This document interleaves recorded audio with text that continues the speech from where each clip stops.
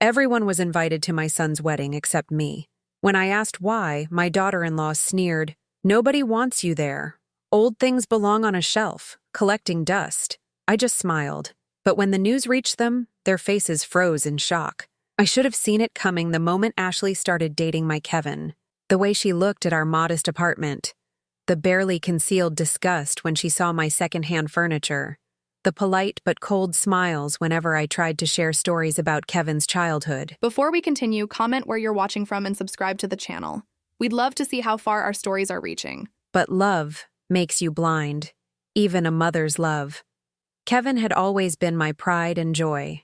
After his father died when Kevin was just 12, I worked 2 jobs to keep us afloat, teaching elementary school during the day, tutoring kids in the evenings, and grading papers late into the night. Every penny I earned went toward his future. When he showed promise in technology during high school, I sold my grandmother's jewelry to buy him his first computer. When he needed startup capital for his first company, I sold the only thing of value I had left, the small house his father and I had bought when we were newlyweds. I moved into a tiny 1-bedroom apartment and handed Kevin the check for $60,000.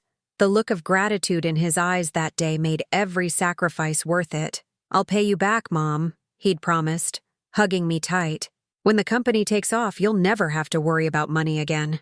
That was 3 years ago. His company did take off, modestly at first, then more successfully. But somewhere along the way, Kevin started changing. The phone calls became shorter, the visits less frequent. Then Ashley entered the picture 8 months ago, and everything shifted completely. Ashley Martinez was everything I wasn't. Young, polished, with perfectly styled blonde hair and a wardrobe that cost more than my monthly pension. She worked as a lifestyle influencer, something I still didn't fully understand, but it seemed to involve taking pictures of expensive things and having people follow her online. She had 30,000 followers, she'd informed me the first time we met, as if I should be impressed. The wedding announcement came via text message. Not a phone call, not a visit, a text. "Getting married next month? Small ceremony. We'll send details soon." But the details never came. Days turned into weeks, and every time I asked Kevin about the date or location, he became evasive. "Ashley's handling all the planning, Mom. You know how these things are. Lots of moving parts. But I didn't know how these things were. I'd only been married once, and that was a simple courthouse ceremony followed by dinner at a local restaurant. Nothing like the elaborate affair Ashley was apparently orchestrating. The truth came out 3 weeks before the wedding, in the most humiliating way possible. I was at the grocery store when I ran into Margaret Chen, who used to work at the school district with me. She was practically bouncing with excitement. "Linda, I'm so thrilled about Kevin's wedding. The venue looks absolutely gorgeous in the photos Ashley posted. You must be so proud." I stood there in aisle 7, clutching a box of store-brand cereal, trying to process what she'd said. Photos? On Instagram. She's been documenting the whole planning process. The flowers, the dress, the venue. Everything looks so elegant. Spring Valley Country Club. That's quite a choice. My heart started pounding. "Oh, yes, of course. I don't really use social media much." Margaret laughed. "You're so wise to stay off those platforms. Though I have to say, seeing all the family photos has been lovely. Your sister looks wonderful for her age." I didn't have a sister, but I smiled and nodded and finished my shopping in a daze. As soon as I got home, I called Kevin. "The Spring Valley Country Club?" I asked without preamble. Margaret Chen saw photos online. A long pause. "Mom, I was going to call you." "When, Kevin? When were you going to call me about my only son's wedding?" Another pause. Then Ashley's voice in the background, muffled but audible. "Just tell her." "Tell me what?" Kevin's voice when he came back on the line was different. Flatter. More distant. "Mom, about the wedding. Ashley and I have been talking, and we think it might be better if you didn't attend." The words hit me like a physical blow. I actually sat down hard on my kitchen chair, the phone slipping in my suddenly sweaty hand. "I don't understand. It's nothing personal. It's just, Ashley's family is very traditional, very formal. Her father's a judge, her mother's on several charity boards. They're used to a certain kind of social environment, and I don't fit into that environment." That's not what I said, but it was exactly what he'd said. I'd raised him alone, worked myself to exhaustion to give him opportunities, sold everything I owned to fund his dreams, and now I wasn't good enough to watch him get married. Kevin, I whispered, I'm your mother. I know, Mom, and I love you, but this is Ashley's day, and I want her to be happy. Ashley's day, not our day, not Kevin's day. Ashley's day. Can I at least meet with Ashley? Talk to her about this? I don't think that's a good idea right now. She's stressed about the wedding planning, and honestly, Mom, you can be a little intense sometimes. She needs support right now, not complications. Intense. Complications. This was how my son saw me now. After I hung up, I sat in my empty apartment and cried. Not the pretty, silent tears you see in movies, but ugly, body-shaking sobs that left me exhausted and hollow. I cried for the little boy who used to crawl into my bed during thunderstorms. I cried for the teenager who proudly introduced me to his teachers as my mom, the strongest person I know. And I cried for the young man who'd promised he'd take care of me when his company succeeded. That man was gone, replaced by someone who saw me as an embarrassment to be hidden away. But the worst was yet to come. 2 weeks later, Ashley's Instagram posts started showing up in my Facebook feed, shared by well-meaning former colleagues who didn't know the situation. Photo after photo of wedding preparations, family dinners, bridal showers, and in every family photo there was Kevin, smiling broadly next to Ashley and her parents, her siblings, even some distant cousins I'd never heard of. The final photo was the one that broke me. It was captioned, "So blessed to be marrying into such an amazing family," and showed Kevin at what was clearly an engagement party, surrounded by Ashley's relatives. The comments underneath were full of congratulations and heart emojis. One comment from Ashley's mother read, "Welcome to the family, Kevin. We couldn't be happier to have such a wonderful son-in-law." I stared at that photo for a long time, studying Kevin's face. He looked happy, genuinely, completely happy. Without me, that night I made a decision. If they wanted to pretend I didn't exist, I would honor that wish. I wouldn't call, wouldn't text, wouldn't beg to be included. I would disappear from their lives as completely as they'd erased me from their celebration. But sometimes the universe has other plans. The wedding took place on a beautiful Saturday morning in May. I know this because Ashley documented every moment on social media, and despite my best efforts to avoid it, the photos kept finding their way to me. Former colleagues shared them, neighbors mentioned them, and even the young cashier at my grocery store recognized Kevin from Ashley's posts. "Your son looked so handsome in his wedding photos," she said cheerfully while scanning my frozen dinners and generic brand everything. "Your daughter-in-law is so beautiful, you must be proud." I smiled and nodded, because what else could I do? Tell her I wasn't invited to my own son's wedding? That would have made us both uncomfortable. But the real torture began the day after the wedding when Ashley's posts shifted from preparation to celebration. Photo after photo of the perfect day flooded my feed. Kevin in his tuxedo, looking more handsome than I'd ever seen him. Ashley in a dress that probably cost more than my car. The happy couple surrounded by family. Ashley's family. The worst part wasn't just seeing them celebrate without me, it was seeing how complete they looked. In every photo, Kevin appeared genuinely happy, relaxed, surrounded by people who clearly adored him. Ashley's father had his arm around Kevin's shoulders in one photo, both men laughing at some shared joke. Her mother was dabbing her eyes with a handkerchief in another, overcome with emotion at gaining such a wonderful son-in-law. They had created a new family, and there was no space in it for me. But Ashley wasn't content with simply excluding me. She wanted to erase me entirely. The posts that followed the wedding were even more painful. Family dinner at the Martinez house showed Kevin carving a roast at a dining room table surrounded by Ashley's siblings and their children. Sunday brunch with my favorite people featured Kevin flipping pancakes while Ashley's nieces and nephews clustered around him, their faces bright with laughter. Game night showed Kevin teaching Ashley's teenage brother to play chess, the same game I'd taught Kevin when he was that age. In every photo, Kevin looked like he belonged, like he'd always been part of Ashley's family, like his previous life, his life with me, had never existed. The comments on these posts were equally devastating. Ashley's family welcomed Kevin with open arms, praising Ashley for finding such a wonderful man and expressing how blessed they were to have him join their family. Ashley's mother commented on every post, Love having our Kevin around, our Kevin, as if he'd always been theirs. 3 months after the wedding, I made a mistake that showed me exactly how completely I'd been erased. Kevin's birthday was approaching, and despite everything, I couldn't bring myself to let it pass unacknowledged. I'd celebrated every birthday of his life. I'd baked 35 birthday cakes, organized countless parties, and even when money was tight, I'd always found a way to make his day special. So I called him. The phone rang 4 times before he answered, and when he did, his voice was rushed, distracted. "Hi, Mom. Can I call you back? We're in the middle of something. I just wanted to wish you a happy birthday tomorrow. I know you're probably busy with plans, but I was hoping maybe we could meet for coffee, just for an hour." A pause, then Ashley's voice in the background, sharp and clear. "Tell her we already have plans. Mom, Ashley's planned a whole day for me. Family brunch. Then we're going to her parents' lake house for the weekend. It's going to be pretty packed.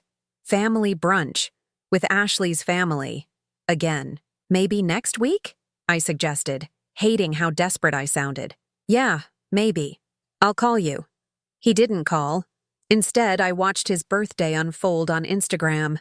Ashley had indeed planned a whole day for him, starting with breakfast in bed that she photographed with the caption, "Spoiling my birthday boy." Then came the family brunch, where Ashley's father made a toast to the best son-in-law a man could ask for. The lake house visit included Kevin water skiing with Ashley's brothers, all of them looking like they'd been friends for years. Not once in any of the birthday posts was I mentioned. Not once did anyone ask where Kevin's mother was on his special day. It was as if I'd never existed at all. But the cruelest cut came in Ashley's final post of the day. It was a photo of Kevin surrounded by Ashley's family, everyone holding up glasses in a toast. The caption read, "So grateful Kevin found a family that truly appreciates him. Some people are just born to be loved by the right people. Some people are just born to be loved by the right people."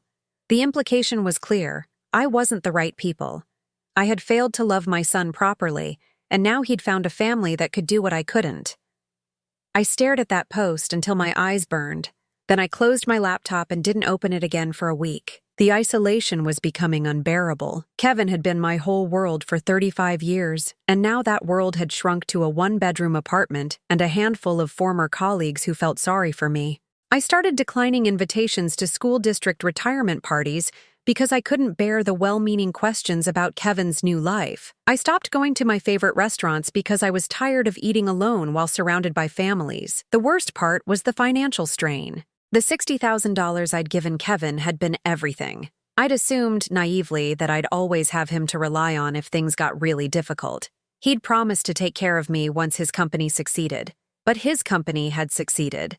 And the only person he was taking care of was Ashley. My pension covered the basics, but barely.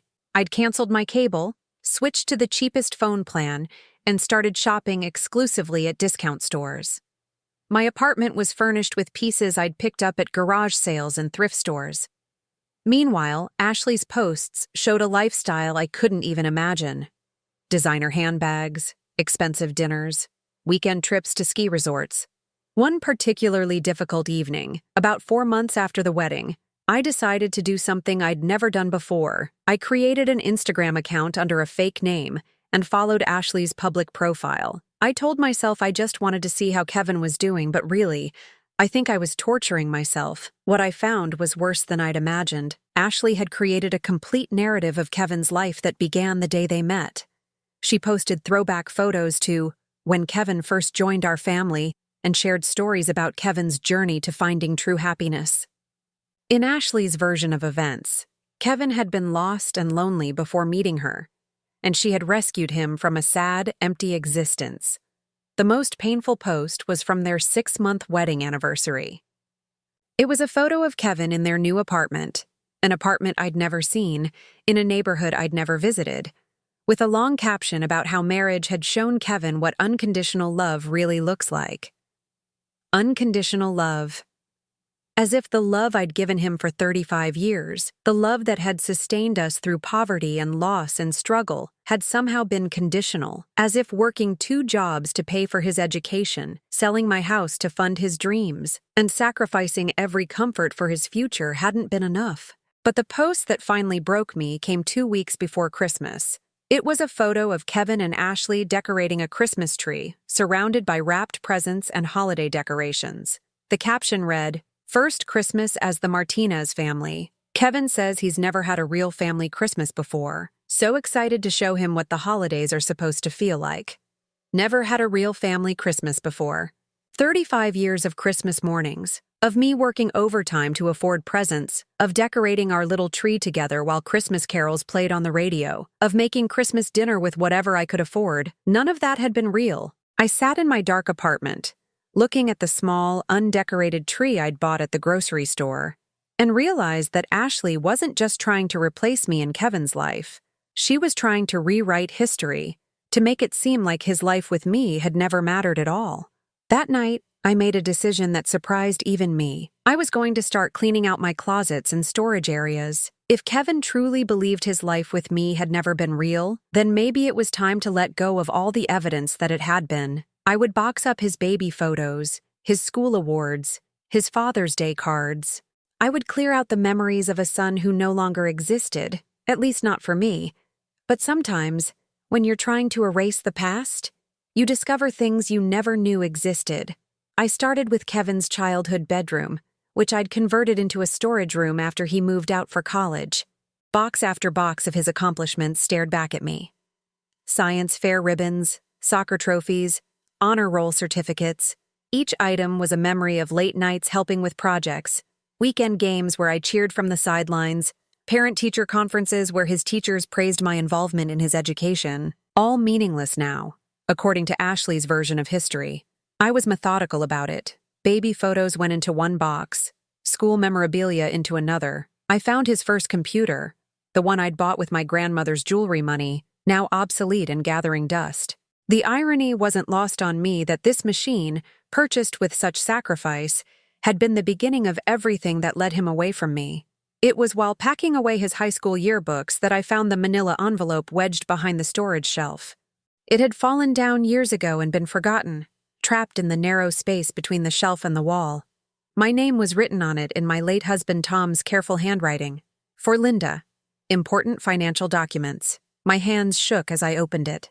Tom had died when Kevin was 12, and I'd been so overwhelmed with grief and the immediate need to survive financially that I'd never thoroughly gone through all of his papers. The lawyer had handled the obvious things, the small life insurance policy, the house deed, the car title. But this envelope had somehow been missed in the chaos of those terrible months.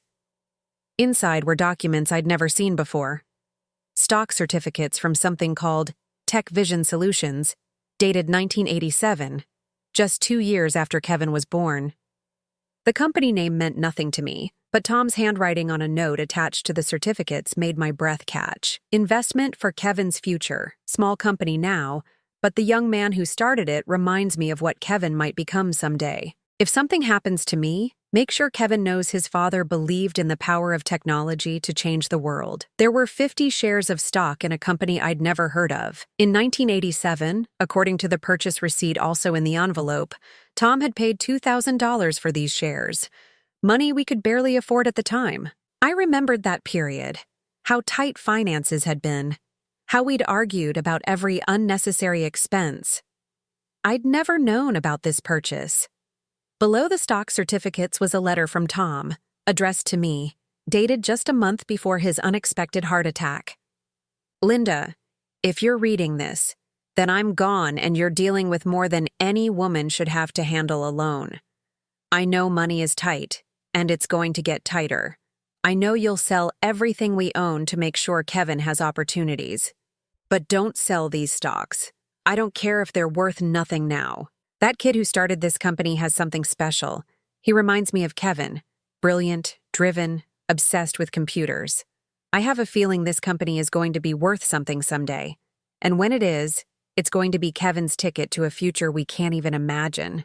Trust me on this one, honey. Hold on to these shares no matter what. I stared at the letter through tears, hearing Tom's voice as clearly as if he were sitting beside me. He'd been wrong about so many things. He'd thought Kevin would become an engineer, not an entrepreneur, but he'd been right about one thing. Kevin had become obsessed with technology, just as Tom had predicted. But what was Tech Vision Solutions? And what had happened to this company in the 35 years since Tom bought these shares? The next morning, I took the documents to Harold Kim, an accountant who'd helped me with my taxes for years. Harold was in his 70s, had seen it all, and had the patience to explain complex financial matters to someone like me, who'd never understood anything beyond basic budgeting. Tech Vision Solutions, he mused, adjusting his glasses as he examined the certificates.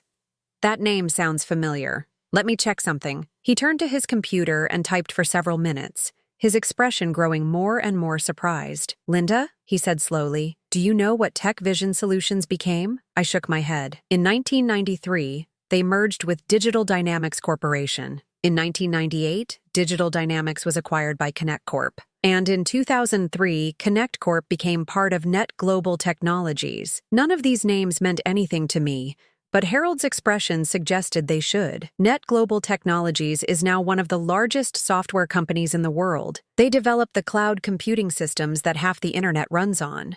Their stock is trading at $840 per share. My brain struggled to process this information. What does that mean for Tom's 50 shares? Harold calculated quietly for a moment. With all the stock splits and mergers over the years, those original 50 shares have become. He paused, double-checking his calculations. 2,400 shares of Net Global Technologies. And that's worth approximately $2 million. The room went silent except for the sound of my heart pounding in my ears. $2 million. From an investment Tom had made with money we couldn't afford. For a son who now refused to acknowledge the family that had sacrificed everything for him. Are you sure? I whispered. Harold nodded grimly. I'm sure. But Linda, there's something else you should know.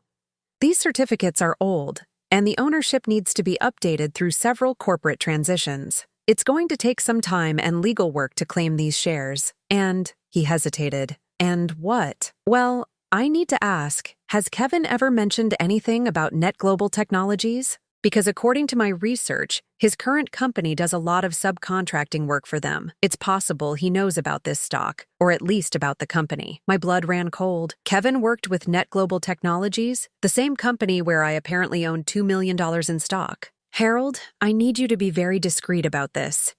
Can you start the process of claiming these shares without involving Kevin? At least until I understand what's happening? Of course. But Linda, this is going to change your life completely. You'll never have to worry about money again. That night, I sat in my small apartment, staring at the documents that represented a fortune I'd never known I possessed. Tom had been right. He'd invested in Kevin's future, but he could never have imagined how that future would unfold. Over the next few days, I did something I'd never done before. I researched. I learned about Net Global Technologies, about their business model, about their incredible growth over the past 2 decades. I discovered that Kevin's company, Tech Flow Solutions, was indeed a subcontractor for Net Global, developing smaller applications that integrated with Net Global's main platforms. More importantly, I learned that Kevin was struggling financially. Despite Ashley's Instagram posts showing a life of luxury, Tech Flow Solutions was deep in debt. A quick search of public business records showed that Kevin had taken out multiple business loans, maxed out credit lines, and was behind on payments to several vendors. The expensive lifestyle Ashley documented online wasn't sustainable. They were living on credit, probably hoping Kevin's business would eventually generate enough income to justify their spending. But according to the financial documents I could access, that wasn't happening. Kevin was drowning in debt while I sat on a fortune that could save him. But here's what really broke my heart. I realized that Kevin probably had no idea about Net Global's history, about how the company he worked for had grown from the tiny startup his father had believed in 35 years ago. He didn't know that his father had literally invested in his future, had seen something in that young entrepreneur that reminded him of his own son. Tom's investment hadn't just been about money. It had been about faith. Faith in technology, faith in young dreamers, and most of all, faith in Kevin's potential to be part of something bigger than himself. And now that faith had materialized into a fortune that could solve all of Kevin's problems. But Kevin didn't even know I existed anymore. I spent a week wrestling with what to do with this information. Part of me wanted to call Kevin immediately, to tell him about his father's gift, to save him from the financial disaster he was walking into.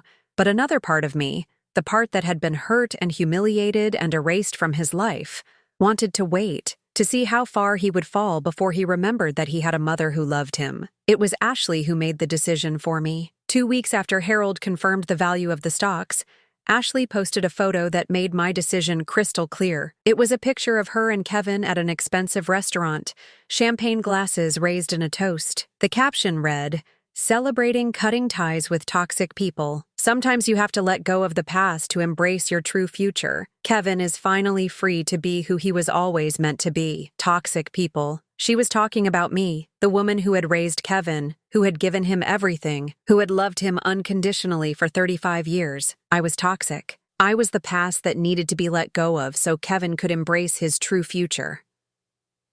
That night, I called Harold. "Start the paperwork," I told him. "I want to claim those shares. All of them." "What are you planning to do, Linda?" I looked at Ashley's post again, at Kevin's smiling face as he toasted to cutting ties with toxic people. "I'm going to give Kevin exactly what he wants," I said. "Freedom from his past, but I'm also going to give him something he doesn't expect, a lesson about what that freedom actually costs." The legal process of claiming the Net Global shares took 3 months. 3 months during which I watched Kevin's life slowly unravel through Ashley's increasingly desperate social media posts, though she tried hard to maintain the facade of success. Harold handled everything with the discretion I'd requested. Corporate lawyers, transfer agents, verification processes. It was a maze of bureaucracy that would have been impossible for me to navigate alone. But Harold had connections, and more importantly, he understood that this wasn't just about money for me. This was about justice. "The shares will be officially transferred to your name by the end of the month," he told me during one of our weekly meetings. "And Linda, I have to say, watching you handle this situation has been remarkable.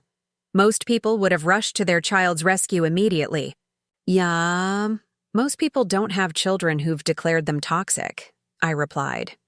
During those 3 months, I became a student of my son's life in a way I'd never been before. I researched his business, tracked his financial situation through public records, and yes, I continued to monitor Ashley's social media presence. What I discovered painted a picture of desperation hidden behind Instagram filters and carefully curated content. TechFlow Solutions was hemorrhaging money. Kevin had taken contracts that promised big payoffs but required substantial upfront investments. He'd hired employees he couldn't afford, leased office space that stretched his budget, and committed to deadlines that demanded expensive rush work. According to the business filings I could access, he owed nearly $400,000 to various creditors. The irony was heartbreaking. Kevin's business model depended heavily on Net Global Technologies contracts, yet he had no idea that his own mother was about to become one of Net Global's largest individual shareholders. He was working desperately to please a company that I partially owned, all while treating me like I didn't exist. Ashley's posts during this period became increasingly telling to anyone who knew how to read between the lines. The expensive dinners became cute date nights at local spots. The designer shopping trips became vintage finds and sustainable fashion choices. The weekend getaways disappeared entirely, replaced by cozy nights in, and rediscovering the simple pleasures. But the most revealing changes were in how she wrote about Kevin. Where she'd once posted about his brilliance and success, she now wrote about his dedication and work ethic. Where she'd once bragged about his business accomplishments, she now praised his commitment to his dreams and his persistence in the face of challenges. She was preparing her followers for failure, though I doubt she realized how transparent she was being. The breaking point came in early December, almost exactly 1 year after Ashley's post about Kevin having his first real family Christmas. This time, there was no mention of Christmas celebrations with the Martinez family. Instead, Ashley posted a photo of a small, modestly decorated tree with the caption, Sometimes the best gifts are the ones that don't cost anything. Grateful for love and health this holiday season. 2 days later, Kevin called me for the first time in 8 months. "Hi, Mom." His voice was tired, strained in a way I hadn't heard since the months after his father died. "Kevin." I kept my voice neutral, though my heart was racing. "How are you?" Things are complicated right now. Business stuff. You know how it is." I didn't know how it was, actually, since he'd never shared any details of his business life with me. But I waited. I was wondering. I know this is probably awkward, given everything that's happened, but I'm in a bit of a tight spot financially. Just temporarily, he added quickly. I have some big contracts coming through early next year, but right now, cash flow is an issue. He was asking me for money. The same son who'd excluded me from his wedding, who'd allowed his wife to call me toxic, who'd erased me from his life completely, was calling to ask for money. "How much do you need?" I asked quietly. "Well, that's the thing. It's not a small amount. I'm looking at maybe 40 or 50,000. I know that's a lot, and I know you don't have that kind of money just sitting around, but I was thinking, maybe if you took out a reverse mortgage on your apartment, or if there's any way you could liquidate your retirement savings." He wanted me to mortgage my future, to give up the small financial security I had left, to save the business that was paying Ashley's lifestyle while I shopped at thrift stores and ate generic brand cereal. "Kevin, I don't own my apartment. I rent, and my retirement savings are modest." A long pause. "Oh," I thought. "Ashley said you probably had more money than you let on. She said older people sometimes hide assets." Ashley had been speculating about my finances, planning how to access money they thought I might have hidden away. "I'm sorry, Kevin. I wish I could help, but I just don't have that kind of money." It wasn't technically a lie. I didn't have that kind of money. I had much, much more. But more importantly, I wanted to see what he would do when he truly believed his mother couldn't save him. "Yeah, okay, I understand. It was a long shot anyway." His disappointment was obvious. But there was something else in his voice. Relief, maybe? As if asking me had been Ashley's idea, not his. "Kevin, is everything all right? Beyond the money issues, I mean. Are you happy?" Another long pause. "I don't know, Mom. I thought I was. I thought I had everything figured out. But lately..." He trailed off. "Lately, what?" "Lately, I feel like I'm drowning, and everyone around me is just watching it happen." My heart broke for him in that moment. This was my little boy, scared and overwhelmed, reaching out for help. Every instinct I had screamed at me to tell him about the net global shares, to rescue him immediately, to make all his problems disappear. But then I remembered Ashley's post about toxic people. I remembered being excluded from his wedding. I remembered a year of being treated like I had never mattered at all. "I'm sorry you're going through a difficult time," I said instead. "Sometimes when we're struggling, it helps to think about the people who really care about us. The people who've always been there." "Yeah," he said quietly. "Yeah, maybe you're right." After he hung up, I sat in my apartment and cried, not for myself this time, but for him, for the realization that in gaining Ashley's family, he'd lost something precious, the unconditional love and support that had sustained him for 35 years. Over the next few weeks, I watched the situation deteriorate further. Ashley's posts became less frequent and more generic. When she did post photos of Kevin, he looked exhausted, stressed, older than his 35 years. The comments from her followers began to change too. Where there had once been envy and admiration, there were now concerned questions about whether everything was okay.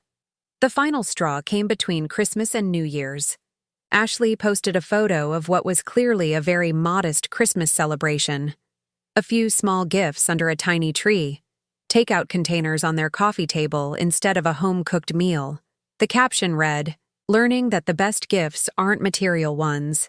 Kevin and I are discovering what really matters in life." But it was the comments that revealed the truth. Ashley's own mother wrote, "Sweetie, you know your father and I would love to help if you need anything." Ashley's sister commented, "Call me if you guys need somewhere to stay." Even Ashley's family could see that they were in trouble. That night, Harold called with news I'd been waiting for. "The shares are officially yours, Linda. All 2,400 of them. You're now one of Net Global Technology's largest individual shareholders. What does that mean, practically speaking? It means you have significant influence over a company that your son desperately needs to stay in business with. It means you have more money than you'll ever be able to spend. And it means, if you choose to use it, you have the power to save Kevin's company or destroy it completely. I thought about Kevin's voice on the phone, about how tired and scared he'd sounded. I thought about Ashley's increasingly desperate attempts to maintain appearances. I thought about Tom's letter, about his faith in Kevin's future, about the investment he'd made in a dream that had grown beyond his wildest imagination. "Harold," I said, "I want you to do some research for me. I want to know everything about TechFlow Solutions, their contracts, their debts, their timeline for bankruptcy. And I want to know exactly how much influence NetGlobal has over whether Kevin's company survives or fails." "What are you planning, Linda?" I looked at the framed photo on my nightstand, the last picture I had of Kevin before Ashley entered his life.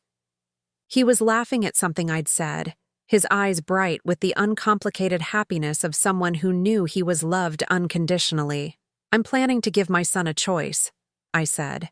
"The same choice his father made 35 years ago, to invest in the future, or to let the past destroy everything he's worked for." Harold's research revealed what I'd suspected but hoped wasn't true. TechFlow Solutions had 6 weeks left before bankruptcy. Kevin had been juggling payments, extending credit lines, and making promises he couldn't keep.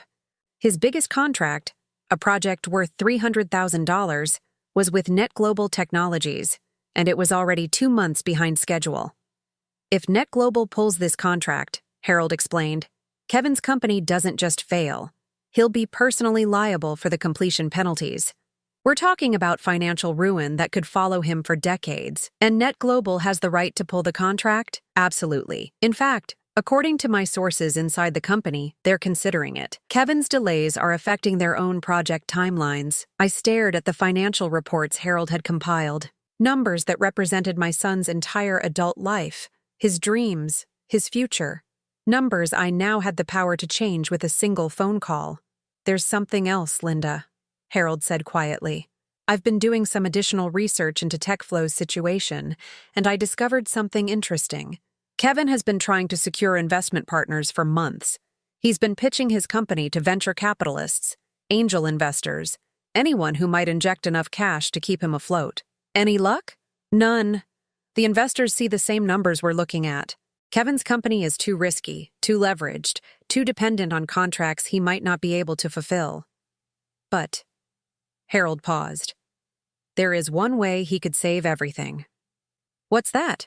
"If an established investor, someone with significant NetGlobal holdings, for example, were to step in and guarantee his contracts, other investors would follow. It's all about confidence in the technology sector. One major backer can create a domino effect." I understood what Harold was suggesting, as I could save Kevin's company not just with money, but with the credibility that came from being a major NetGlobal shareholder. I could make a phone call that would secure his contracts, attract additional investors, and ensure his success for years to come. Or I could do nothing and watch him lose everything. But first, I needed to see how far he was willing to fall before he remembered who had always been there to catch him. The call came on a Tuesday evening in late January. Not from Kevin, but from Ashley. "Linda?" Her voice was different, smaller, less confident than I'd ever heard it. "This is Ashley, Kevin's wife." I almost laughed at the hesitation. After a year of posting about their perfect life, she could barely bring herself to claim him. "Hello, Ashley." We? Kevin doesn't know I'm calling you. He'd probably be angry if he knew, but I don't know what else to do." I waited, letting her struggle through whatever had brought her to this point.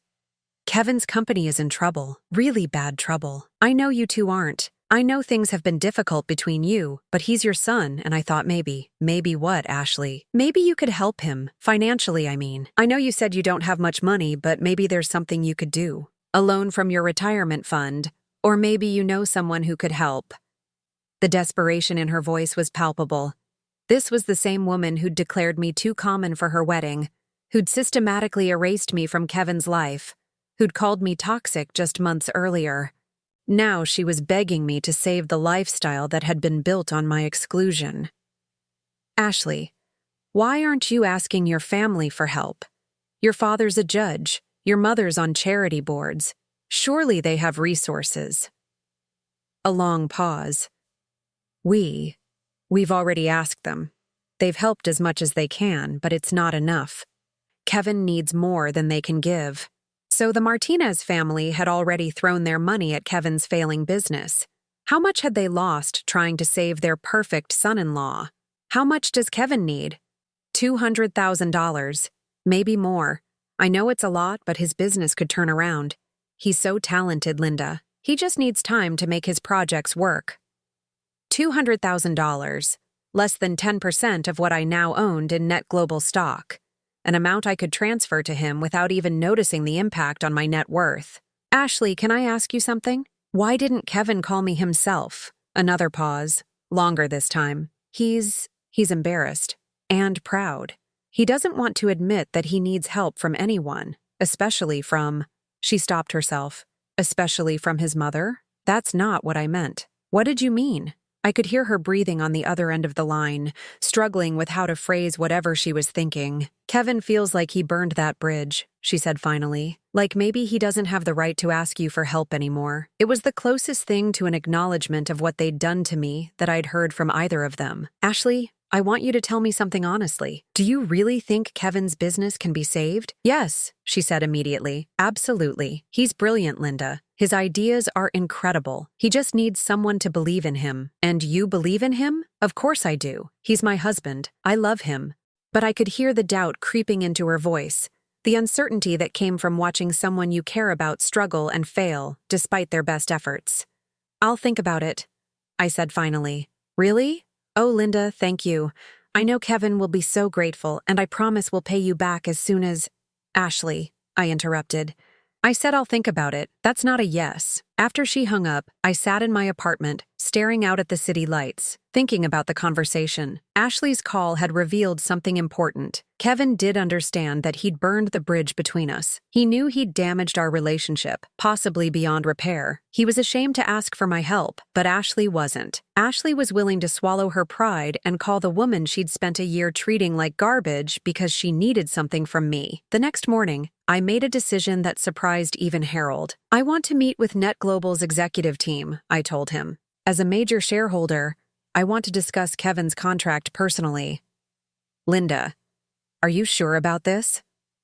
Once you reveal your ownership position, there's no going back. Kevin will know that you have the power to save him, and he'll also know that you chose not to. That's exactly what I want him to know. The meeting was arranged for the following week. As one of Net Global's largest individual shareholders, I had significant influence over company decisions, especially regarding smaller contractors like TechFlow Solutions. The executives were respectful, but puzzled by my interest in one specific subcontractor. I explained that I was considering additional investments in the technology sector and wanted to understand how Net Global evaluated its partners. TechFlow Solutions, the VP of Operations said, consulting his notes. They're behind schedule on their current project, and frankly, we're considering terminating the contract. The penalties alone would probably bankrupt them. What would it take to keep the contract active?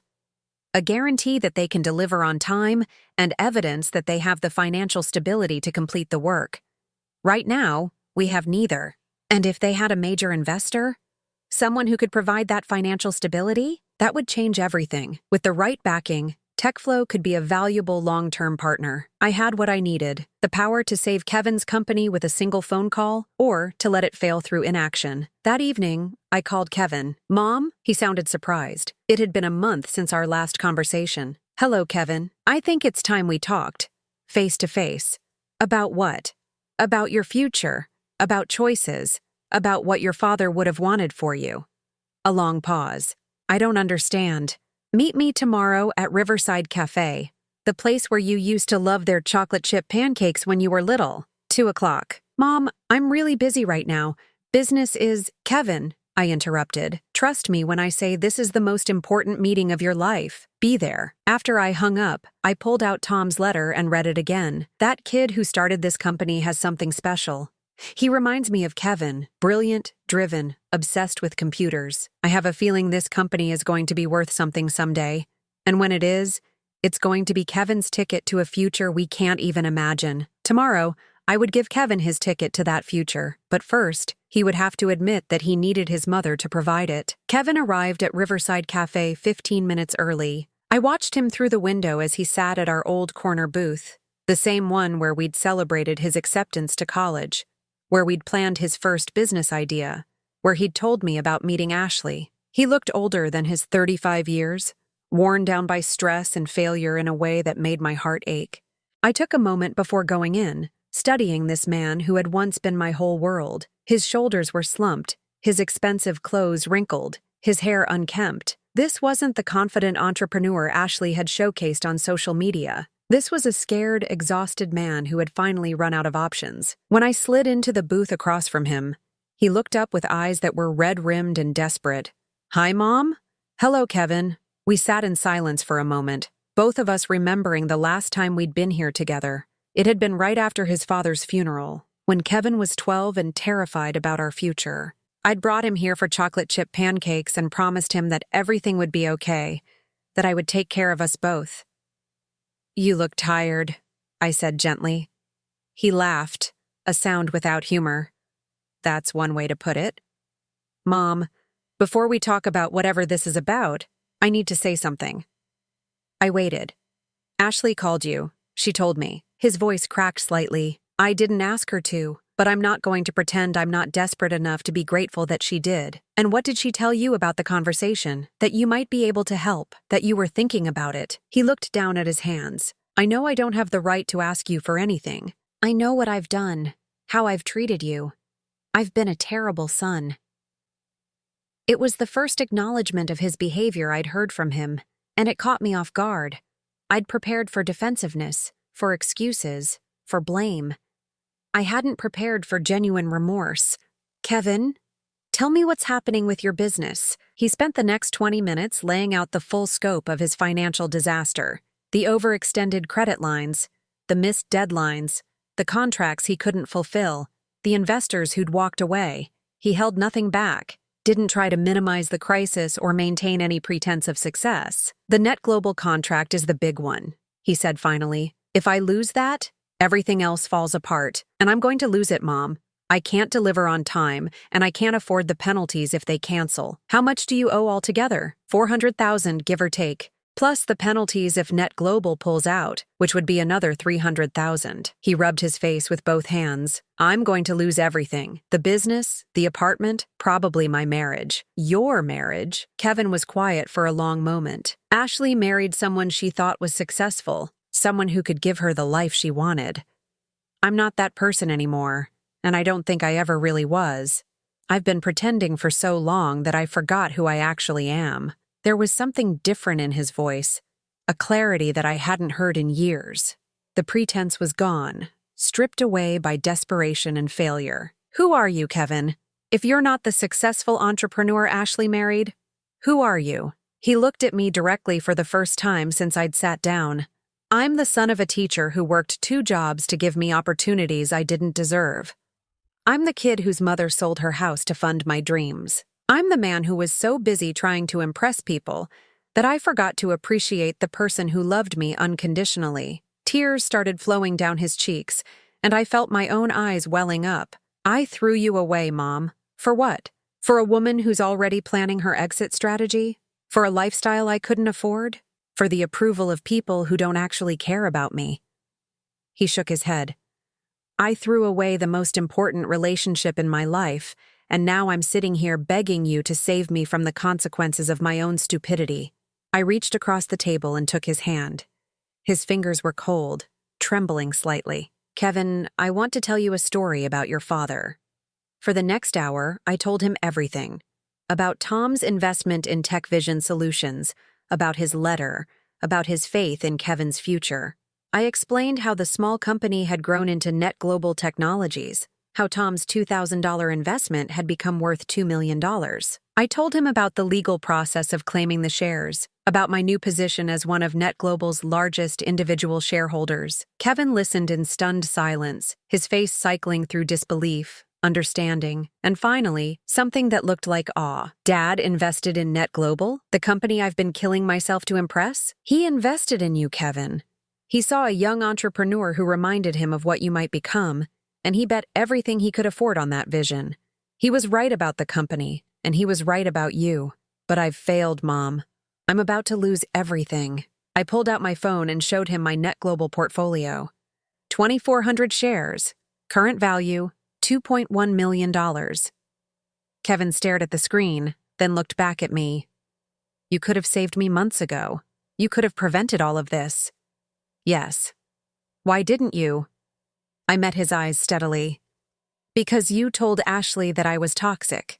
Because you excluded me from your wedding. Because you let your wife call me old things that belong on a shelf, collecting dust. Because you needed to understand what it felt like to lose everything before you could appreciate what you'd already thrown away. Kevin was quiet for a long time, processing what I'd said. I deserved that, he said finally. All of it. The failure, the desperation, the humiliation. I deserved to lose everything. Maybe. But your father didn't invest in who you deserved to be. He invested in who you could become. I pulled out a folder Harold had prepared and set it on the table between us. This is a contract, Kevin. I'm offering to invest the full amount needed to save your company and secure your Net Global contracts, $2 million, which will clear your debts and provide enough working capital to grow your business properly. Kevin's hands shook as he opened the folder. What do you want in return? Read the terms. He scanned the document, his expression growing more confused with each page. This doesn't make sense. According to this, you're asking for 0% ownership in my company. No repayment schedule, no interest. It's essentially a gift. Keep reading. The only condition is, he looked up at me, the only condition is that I demonstrate genuine change in how I treat family relationships. That's it? That's it. But Kevin, understand what that means. It means Ashley can't speak to me the way she has been.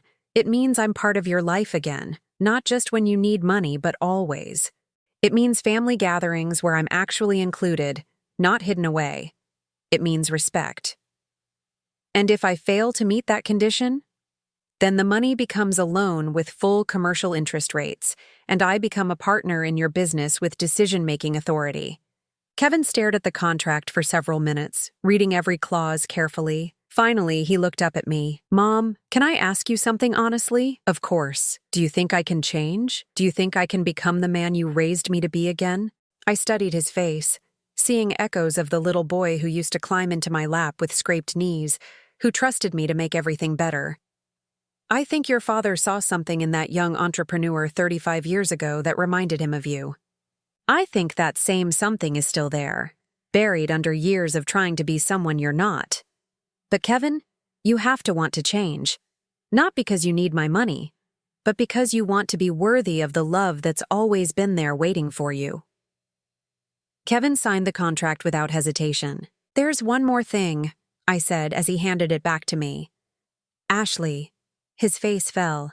She's going to be furious when she finds out you had this money all along and didn't help immediately. Probably. What are you going to do about that? Kevin was quiet for a moment. I'm going to tell her the truth, that my mother gave me a chance I didn't deserve, and that if she can't respect that, then we have bigger problems than money. 6 months later, I was sitting in the same booth at Riverside Cafe, but this time I wasn't alone. Kevin was across from me, looking healthier and happier than I'd seen him in years. TechFlow Solutions was thriving. The Net Global contracts were secure, and he'd even hired 2 new employees. Ashley was not with us. She'd left Kevin 2 months after learning about the money, unable to forgive him for choosing his mother over her comfort. Her final Instagram post had been a vague statement about growing in different directions and finding her authentic self. Do you miss her? I asked. Kevin considered the question seriously. I miss the person I thought she was, but I don't miss feeling like I had to be someone else to keep her happy. I don't miss being ashamed of where I came from. The waitress brought our chocolate chip pancakes, a tradition we'd reestablished. As Kevin poured syrup over his stack, he looked up at me with a smile I remembered from his childhood. Mom, I want to tell you something. I've been thinking about Dad's investment, about what it really meant. What do you think it meant? I think he was teaching me something about faith. about believing in someone's potential even when they haven't proven themselves yet, about investing in love, not just profit.